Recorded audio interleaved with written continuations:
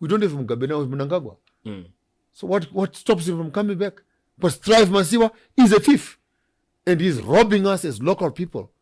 Billionaire my foot. We've not seen the investment of Strive Masiwa. I would rather be talking even on my side of my mouth. I would rather be talking about Chivayo. Yeah, at least there are few people driving his cars. I could rather talk about Chimuka. I can see Travabulas. Don't ask him how much it costed, but we're driving now. I would rather talk about Aguirre. I can, but I was treated at Arundel. So far, where I'm sitting right now, and I'm speaking from experience and knowledge, I've not seen a businessman in the country who has invested his money in the country more than Kudakwashita Aguirre. I raise my hand. From hospitals, to roads, to infrastructure, to political parties, to banks, to insurances, to mine. People might call it a monopoly, but he had the money to do. And do you think we'll reach a point where we have the one Africa, or it's just another pipe dream? If I can have the power of the gods when they go to Africa Union, I wish I could put all our presidents in one basket and go and throw them in the Indian Ocean. Kill all of them. Why? They are the weakest link. They don't want us to unite, because once we unite, they will lose their power as presidents. But their presidency is not benefiting the continent. It's benefiting them. As some of them have turned our economies into private family businesses. So they are not good for us. They are good for themselves and good for their handlers who have bribed them. Oh. And I heard that you visited Burkina Faso. Yes, I'm going back again next month. Yeah. There are 1,000 Americans who have received citizenship in Burkina Faso. So I'm going there with ADDI, Mama Chiombori, with Patrice Lumumba, PLO Lumumba, and myself to welcome those 1,000 Pan-Africanists and Black Americans who have been given full citizenships in Burkina Faso. I might even get one for myself also.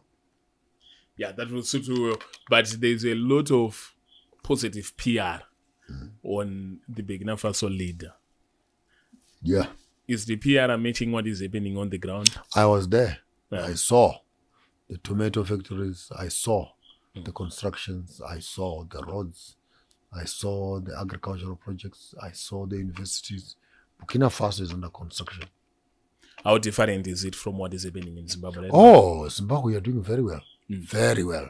Don't even listen to the public media of opposition politics. When MDC, CCC, and the Ndebele thing that is always complaining. I mean, the road right now between Bulawayo and Victoria Falls is under construction. Beautiful projects happening there. Manise is here. One of the biggest steel companies in the whole world. Of course, I feel bad. I wish Strive Masiwa had been the one to invest here. But unfortunately, the Chinese have done that. And then you have these stupid little young boys on the internet who are complaining about the Chinese taking over our country. And on the same page, they're saying Strive is the biggest billionaire in Zimbabwe. But we've not seen the impact of his billions in Zimbabwe. In fact, Zimbabwe has one of the highest data costs in the whole world. The whole world. They argue that maybe the economy. No, Zigo, you're a grown-up boy, man. Yeah. How bad can we be that you are a billionaire on the top 10 in the world? In the country where you come from, you can't even subsidize their data. I bought data this month. If you don't use it by the 20th, 26th, the data expires. I mean, if I leave my milk in the fridge, why do I come the following day and my milk has disappeared? If I buy data now, how does data expire? When I gave you my money, but I did not use it. It's like putting my $10 in the bank. I come back 2 days later, you tell me, no, your $10 is expired. How does my investment and my money expire in your hands? Strive Masiwa is a thief. No, cut it and put it like that. Strive Masiwa is a thief. But what are the reporters? And it I to don't regulate and monitor. Don't even, he got the contract from the Zimbabwean government. Yes. Ever since he got that contract, started to make money, he don't put his foot back here. He's complaining, hey, Mugabe, did not treat me nice. We don't have Mugabe now with Mnangagwa. So what stops him from coming back? But Strive Masiwa is a thief. And he's robbing us as local people of our own data and information. He is not even improving the infrastructure. Half of the country in Zimbabwe does not have access to internet. I don't have access to telephones. I must go up a mountain half a kilometer away. Yes. A signal. But then I'm paying. Yes. And he's supposed to be world famous person, the billionaire. Billionaire my foot. We've not seen the investment of Trav Masiwe. I would rather be talking even on my side of my mouth. I would rather be talking about Chivayo. Yeah, at least there are few people driving his cars. I would rather talk about Mutasa. At least we can see Joina City. I would rather talk about Mdara Chiangwa. At least we can see a few of his buildings around. I could rather talk about Chimuka. I can see Trababulas. Don't ask him how much it costed, but we're driving now. I would rather talk about Aguirre. I can, but I was treated at Arundel. Yeah. I would rather talk about people that even in an enigmatic silence, political clout on the international platform, but their investments can be visited. I can walk up to Bluff Church. I can walk up to Bechnaf School. I can walk up to Solusi and see $8 million in agriculture and pivots that are running. I can walk up to Gweru and see the investments of Kwande, the biggest wheat producer in the world. Right now, we have more than 2 years worth of wheat in the country. We're not going to be importing any wheat. I can see Arundel. I can see impact. But I can't see Strive Masiwa's impact in the country, except data that is missing on my phone and poor network, the whole country. And people want to idolize. I know he has bribed a few people to manage his media platforms so that he is seen like he's a good person. The other day, I wonder if he even wanted to run for presidency. You know, he cannot run for president from New York. The only thing I saw that he bought 2 penthouses in Manhattan, $46 million each, with the money that we are here giving him while he's over there. I have no respect for Strive Masiwa. And he then runs around with a religious thing. Hey, God is what? God is what? Hey, bugger you with your God. I've not seen that God working on the continent. There's a term that popularized, Shigananda. What's your understanding in it, Amy? A political system that does not colonize itself and takes power from the colonial system remains as a subject and a servant of the system that oppressed it. During the Smith regime, whites owned the banks, insurance, all major sources of income were in white hands. But I don't know what's wrong with you Zimbabweans. You chased the white people away when you took away land from them. Standard Bank closed. ABSA closed. FNB closed. Kingdom Bank closed. And when these banks close, who must create new banks? Apparently, when you open a bank, you're Chigananda. The fuel pumps closed. And when someone reopens the fuel tanks, Chigananda. The food supply closed. When someone produces wheat, Chigananda. So I don't know what's wrong with you. Because the world does not allow for a vacuum.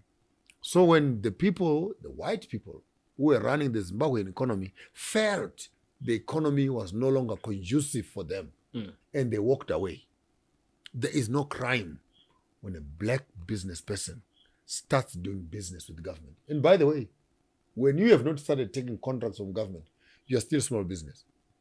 Because the government is the biggest. Supplier, consumer, customer. Goods. Because you know what you are doing, ukapoa contract the government.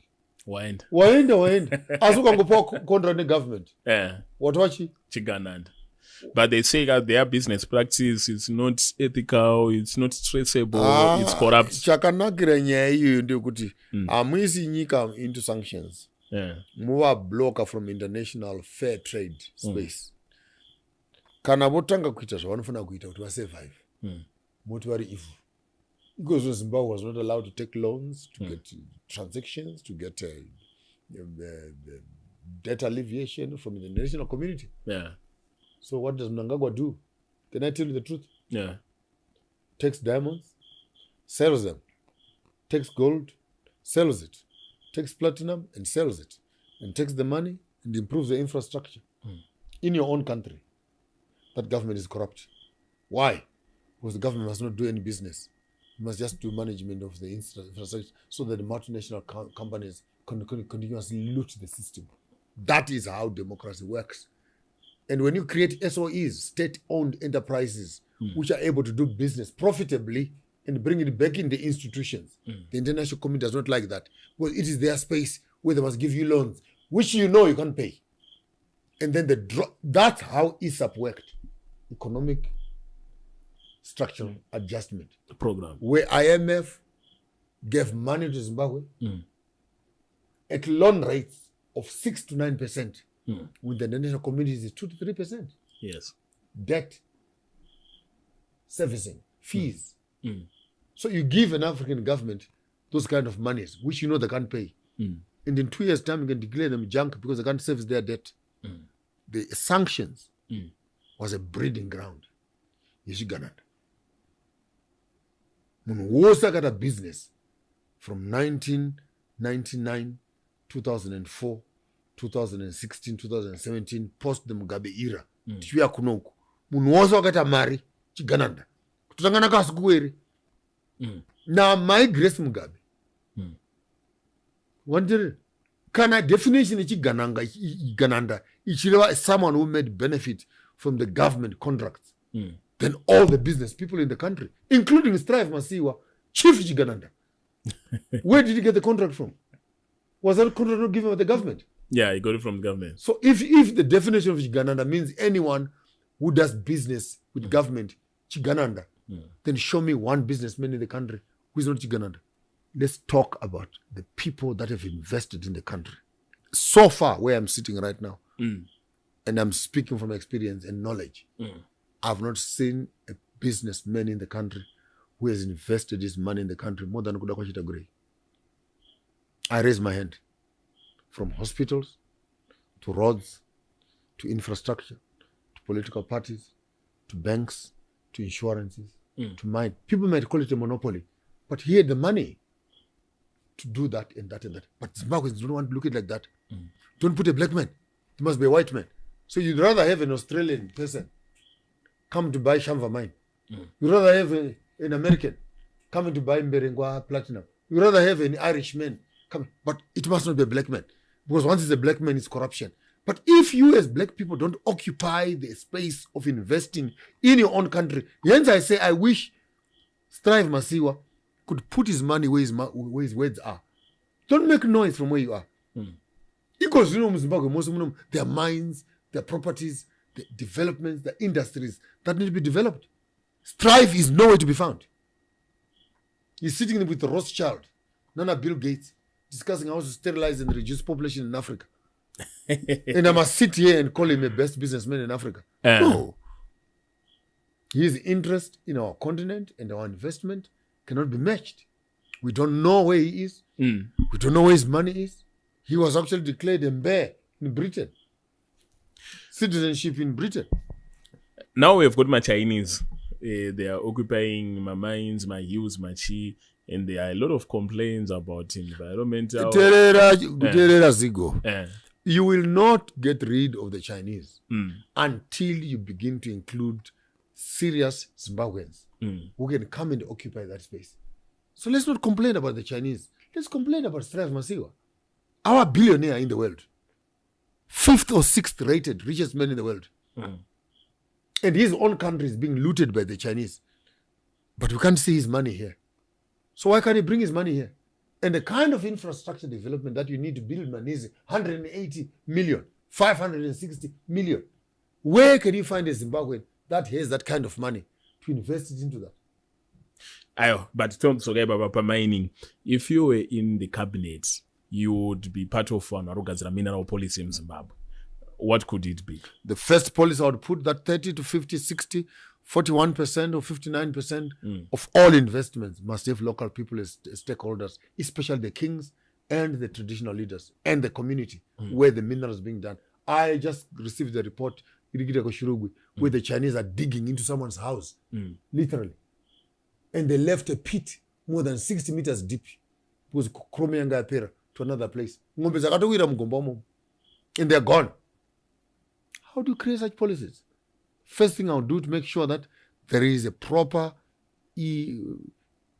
environmental backup system, and make sure that wherever mining is happening, if you are digging on my plot, I must become a shareholder, and there must be a proper rehabilitation of the land where the minerals are being collected. Otherwise, another 60 years from now, Zimbabwe will become a dumping site, a ghost mine, where you dig here, 10, 15, 60, 80 meters, it's finished. Next hole, please. Next hole, please. Kimberley is the best example. Oh, you pay $200. Here's the biggest man-made hole in the world. Yes. And you must pay to go and see the hole. Who asks what was in the hole? And Diamonds. where is it? Yeah, diamonds. And where is it? It's in UK. Go to Johannesburg. You were there. I met you in Johannesburg. Go to Gold Reef City. Go to Springs. Go to Soweto. They are now What kind of mountains are those? Yeah, they are man-made mountains. Made out of what? Made out of the dams. What happened to the gold that was in there? Taken So are we saying development is actually remaining with a country full of holes? Then we say, oh, Johannesburg is developed. And I feel sorry for some of the South Africans, by the way, who think that where South Africa was in the 1800s, that's where Zimbabwe is right now in Zambia. We're still on open cast. Yes. We've not even started going down. So the riches and the wealth that Johannesburg experienced, Zimbabwe will experience that in the next 10 to 15 years. We are going to see a boom of business. Bishop,